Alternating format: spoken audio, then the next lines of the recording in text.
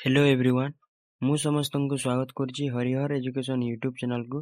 तो आज ये भिडियो रे आमे +3 थर्ड सेमिस्टर कोर्स 6 जो तुम रही ओडिया साहित्य रे सबुज काव्यधारा यूनिट नंबर 1 रो 1 मार्क क्वेश्चन डिस्कशन करबा। तो प्रथम क्वेश्चन रही सबुज युग केते ख्रीष्टाब्द रु केते ख्रीष्टाब्द पर्यंत परिव्याप्त थिला। सबुज युग 1921 ख्रीष्टाब्द रु 1935 ख्रीष्टाब्द पर्यंत परिव्याप्त थिला। सबुज दलर अभ्युदय केबे होइतिला। सबुज दलर अभ्युदय 1921 मसीह रे होइतिला। सबुज कवि माने प्रकाश करतुवा हाथलेखा पत्रिकार नाम कोन थिला। सबुज कवि माने प्रकाश करतुवा हाथलेखा पत्रिकार नाम अवकाश थिला। बंगला रे सबुज पत्र केबे आत्मप्रकाश पाइतिला। बंगला रे 1915 मसीह रे सबुज पत्र आत्मप्रकाश पाइतिला। परवर्ती प्रश्न सबुज युगर मुखपत्र द्वारा क्यों पत्रिका प्रकाशित हैला। सबुज युगर मुखपत्र द्वारा युगवीणा पत्रिका प्रकाशित होइतिला। सबुज कविता संकलन केबे प्रकाशित होइतिला। सबुज कविता संकलन 1921 मसीह रे प्रकाशित होइतिला। शरत मुखर्जी लिखित कविता संकलन नाम कोन। पंचपुष्प। 8 नंबर प्रश्न रही परिमहलर रचयिता किए। परिमहलर रचयिता अन्नदाशंकर राय। अन्नदाशंकर राय होचंती परिमहल कवितार रचयिता। रेभेन्सा कॉलेज रो केते जण तरुण छात्र क्यों क्लब गठन करथिले। रेभेन्सा कॉलेज रो केते जण तरुण छात्र नॉनसेंस क्लब गठन करथिले। सबुज युगरे 9 जण युवकों मिलित उद्यम रे क्यों उपन्यास रचित होइतिला। सबुज युगरे 9 जण युवकों मिलित उद्यम रे बासंती उपन्यास रचित होइतिला। कालिंदी चरण केउठी जन्मग्रहण करथिले। कालिंदी चरण विश्वनाथपुर ठारे जन्मग्रहण करथिले। ओडिया कवि मतरे सबुज नामटी हिंदी साहित्य रे क्यों नाम रे नामित। ओडिया कवि मतरे सबुज नामटी छायावादी नाम रे नामित। ओडिया कविता रे सबुज नामटी बंगला कविता रे क्यों नाम रे नामित। कोल्लोल नाम रे नामित। हिंदी साहित्य रे छायावादी और बंगला साहित्य रे कोल्लोल। परवर्ती प्रश्न रही ओडिया कविता रे सबुज नामटी मराठी रे क्यों नाम रे नामित। रवि किरण नाम रे नामित। क्यों युग परे सबुज युग आसीतिला। सत्यवादी युग परे सबुज युग आसीतिला। परवर्ती प्रश्न क्यों युगर कवि को पद्मभूक कहा जाए। सबुज युगर कवि को पद्मभूक बोली कहा जाए। प्रलय प्रेरणा कवितार कवि किए। प्रलय प्रेरणार कवितार कवि होइछन्ति अन्नदाशंकर राय। नॉनसेंस क्लब मैगजीन रो नाम परवर्ती समय रे कोन दिया जाइतिला। अवकाश दिया जाइतिला। परवर्ती प्रश्न ओडिशार तरुण गोष्ठी सबुज शब्दटी केउथिरु ग्रहण करथिले। बंगला भाषारू ग्रहण करथिले। कहार नेतृत्व रे सबुज पत्रिका आत्मप्रकाश कला। प्रथम नाथ चौधरी नेतृत्व रे सबुज पत्रिका आत्मप्रकाश कला। एबे बी सेक्शन रो क्वेश्चन देखिबा।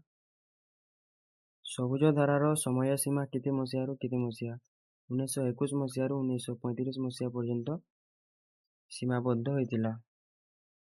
सबुज युगर कवि माने पाश्चात्य कविता रे अर्थ रे कोन। सबुज युगर कवि माने पाश्चात्य कविता अर्थ रे नेतिवादी नुहंती बरं पलायनवादी। ପରବର୍ତ୍ତୀ ପ୍ରଶ୍ନ, ବଙ୍ଗଳା କବିତାରେ ଓଡ଼ିଆ ସବୁଜ ଯୁଗକୁ କେଉଁ ନାମରେ ନାମିତ କରାଯାଇଛି? ବଙ୍ଗଳା ସାହିତ୍ୟରେ କଲ୍ଲୋଳ ନାମରେ ନାମିତ କରାଯାଇଛି। ହିନ୍ଦୀ ଓ ମରାଠୀ ସାହିତ୍ୟରେ ଓଡ଼ିଆ ସବୁଜ ଯୁଗକୁ କେଉଁ ନାମରେ ନାମିତ କରାଯାଇଛି? ହିନ୍ଦୀ ସାହିତ୍ୟରେ ଛାୟାବାଦୀ ଓ ମରାଠୀ ସାହିତ୍ୟରେ ରବିକିରଣ ଓ ବଙ୍ଗଳା ସାହିତ୍ୟରେ କଲ୍ଲୋଳ। ବଙ୍ଗଳାର କଲ୍ଲୋଳ ଯୁଗର ପ୍ରମୁଖ କବି କିଏ? ବଙ୍ଗଳା କଲ୍ଲୋଳ ଯୁଗର ପ୍ରମୁଖ କବି ହେଉଛନ୍ତି ରବୀନ୍ଦ୍ରନାଥ ଟାଗୋର। ସବୁଜ ଧାରା ଓଡ଼ିଶାରେ କେବେ ଆରମ୍ଭ ହୋଇଥିଲା? ସବୁଜ ଧାରା 1921 ମସିହାରେ ପରବର୍ତ୍ତୀ କାଳରେ ସବୁଜ ବାର୍ତ୍ତା ନେଇ ଆତ୍ମପ୍ରକାଶ କରିଥିଲା ସବୁଜ ଧାରା। ପରବର୍ତ୍ତୀ ପ୍ରଶ୍ନ, ସବୁଜ ଗୋଷ୍ଠୀ କ'ଣ ଗଠନ କରିଥିଲେ ଓ କେବେ ଗଠନ କରିଥିଲେ? ସବୁଜ ଗୋଷ୍ଠୀ ନନସେନ୍ସ କ୍ଲବ ଗଠନ କରିଥିଲେ ଓ 1921 ମସିହାରେ ଗଠନ କରିଥିଲେ। ସବୁଜ ପତ୍ର କେବେ ପ୍ରକାଶ ପାଇଥିଲା? ସବୁଜ ପତ୍ର 1914 ମସିହାରେ ପ୍ରକାଶ ପାଇଥିଲା। ନନସେନ୍ସ କ୍ଲବ ଗଠନ ପରେ କେଉଁ ମୁଖପତ୍ର ପ୍ରକାଶ ପାଇଥିଲା ଓ କେଉଁ ସାରଥୀମାନେ ରଥକୁ ବାହିଥିଲେ? ନନସେନ୍ସ କ୍ଲବ ଗଠନ ପରେ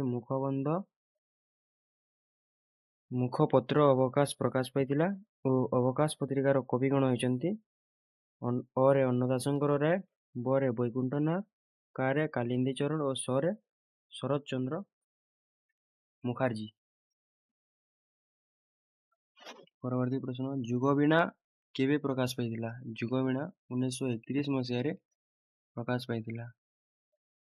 ଅନ୍ନଦାଶଙ୍କର ସ୍ୱପ୍ନର ରଙ୍ଗୀନ ସୁରଭି କେଉଁ କବିତାରେ ସୃଷ୍ଟି କରିଥିଲେ? ନା ପ୍ରଳୟ ପ୍ରେରଣା କବିତାରେ ସୃଷ୍ଟି କରିଥିଲେ। ପରବର୍ତ୍ତୀ ପ୍ରଶ୍ନ, ଅନ୍ନଦାଶଙ୍କର ରାୟ ସମୟକାଳ କେବେ? ଅନ୍ନଦାଶଙ୍କର ରାୟଙ୍କ ସମୟକାଳ ହେଉଛି 1904 ରୁ 2002। 1904ରେ ଜନ୍ମଗ୍ରହଣ କରିଥିଲେ ଓ 2002ରେ ମୃତ୍ୟୁବରଣ କରିଥିଲେ କିଏ? ଅନ୍ନଦାଶଙ୍କର ରାୟ। ଅନ୍ନଦାଶଙ୍କର ରାୟଙ୍କ କବିତା ସଂକଳନର ନାମ କ'ଣ? ଅନ୍ନଦାଶଙ୍କ ରାୟଙ୍କ କବିତା ସଂକଳନ ହେଉଛି ସବୁଜ ଅକ୍ଷର। ବୈକୁଣ୍ଠନାଥ ପଟ୍ଟନାୟକଙ୍କ ସମୟକାଳ କେବେ? ବୈକୁଣ୍ଠନାଥ ପଟ୍ଟନାୟକ 1904ରେ ଜନ୍ମଗ୍ରହଣ କରିଥିଲେ ଓ 1979 ମସିହାରେ ମୃତ୍ୟୁବରଣ କରିଥିଲେ। କାଳିନ୍ଦୀ ଚରଣଙ୍କର ରୋମାଣ୍ଟିକ କବିତା ଗୁଡ଼ିକର ନାମ ଲେଖ। କାଳିନ୍ଦୀ ଚରଣଙ୍କ ରୋମାଣ୍ଟିକ କବିତାର ନାମ ହେଲା ମଧୁବିବାହ, ମୁକୁଲି ପଡ଼ିବାକୁ, ଫଗୁଣ ଜ୍ୟୋତ୍ସ୍ନା। ବୈକୁଣ୍ଠନାଥଙ୍କର ଦୁଇଟି କବିତା ସଂକଳନର ନାମ ଲେଖ। ବୈକୁଣ୍ଠନାଥଙ୍କ ଦୁଇଟି କବିତା ସଂକଳନ ନାମ ହେଉଛି କାବ୍ୟ ସଞ୍ଚାୟନ ଓ ଉତ୍ତରାୟଣ। ପରବର୍ତ୍ତୀ ପ୍ରଶ୍ନ, କାଳିନ୍ଦୀ ଚରଣଙ୍କର ଉପନ୍ୟାସ ନାମ ଲେଖ। କାଳିନ୍ଦୀ ଚରଣଙ୍କର ଉପନ୍ୟାସ ନାମ ଗୁଡ଼ିକ ହେଲା ମାଟିର ମଣିଷ, ଲୁହାର ମଣିଷ, ମୁକ୍ତାଗଡ଼ର କ୍ଷୁଧା ଓ ଅମର ଚିତା। ଅନ୍ନଦାଶଙ୍କର ରାୟଙ୍କ ଜନ୍ମ 1904ରେ ଜନ୍ମଗ୍ରହଣ କରିଥିଲେ, 2002ରେ ମୃତ୍ୟୁବରଣ କରିଥିଲେ। କ୍ୱେଶ୍ଚିନ୍ ରିପିଟ୍ ହେଇଛି। ଅନ୍ନଦାଶଙ୍କର ରାୟ କବିତା ଗୁଡ଼ିକରେ ନାମ ଲେଖ। ଅନ୍ନଦାଶଙ୍କର କବିତା ଗୁଡ଼ିକ ହେଲା ପରିମହଲ, ସୃଜନ ସ୍ୱପ୍ନା, ମାନସୀ ଓ ମୁଁ, ଯୌବନ ଥରେ ଆଉ ଗଲେ ଆସେନା, ପ୍ରଣୟୀ ଇତ୍ୟାଦି। ବୈକୁଣ୍ଠନାଥ ପଟ୍ଟନାୟକଙ୍କ ଗାଥା କବିତା ଗୁଡ଼ିକର ନାମ ଲେଖ। ବୈକୁଣ୍ଠନାଥ ପଟ୍ଟନାୟକଙ୍କର ଗାଥା କବିତା ଗୁଡ଼ିକ ନାମ ହେଲା ବୁଦ୍ଧ ବନ୍ଦନା, ମହାନିର୍ବାଣ, ଅମ୍ବାପାଳିର ଉତ୍କଣ୍ଠା, ନିର୍ବାଣ ଆନନ୍ଦ, କିସ୍ସା ଗୌତମୀ ଇତ୍ୟାଦି ଐତିହାସିକ ଗାଥା କବିତା ରଚନା କରିଥିଲେ ବୈକୁଣ୍ଠନାଥ ପଟ୍ଟନାୟକ। କାଳିନ୍ଦୀ ଚରଣଙ୍କର କବିତା ଗୁଡ଼ିକର ନାମ ଲେଖ। କାଳିନ୍ଦୀ ଚରଣଙ୍କର କବିତା ଗୁଡ଼ିକ ହେଲା ଜୟ ଭଗବାନ 1936 ମସିହାରେ ରଚିତ ହୋଇଥିଲା, ଭକ୍ତି ଓ ଚାବୁକ 1938 ମସିହାରେ, ବାଜି ରାଉତ 1938 ମସିହାରେ, ଯାଦୁଘର ଏଇଟା ବି 1938 ମସିହାରେ, ମୋ ବାଣୀ ଏଇଟା 1940 ମସିହାରେ ଓ ଆଗାମୀ 1942 ମସିହାରେ ରଚନା କରିଥିଲେ କାଳିନ୍ଦୀ ଚରଣ ପାଣିଗ୍ରାହୀ। ଶେଷ ପ୍ରଶ୍ନ, କୁନ୍ତଳା କୁମାରୀଙ୍କର କବିତା ପୁସ୍ତକଗୁଡ଼ିକର ନାମ ଲେଖ।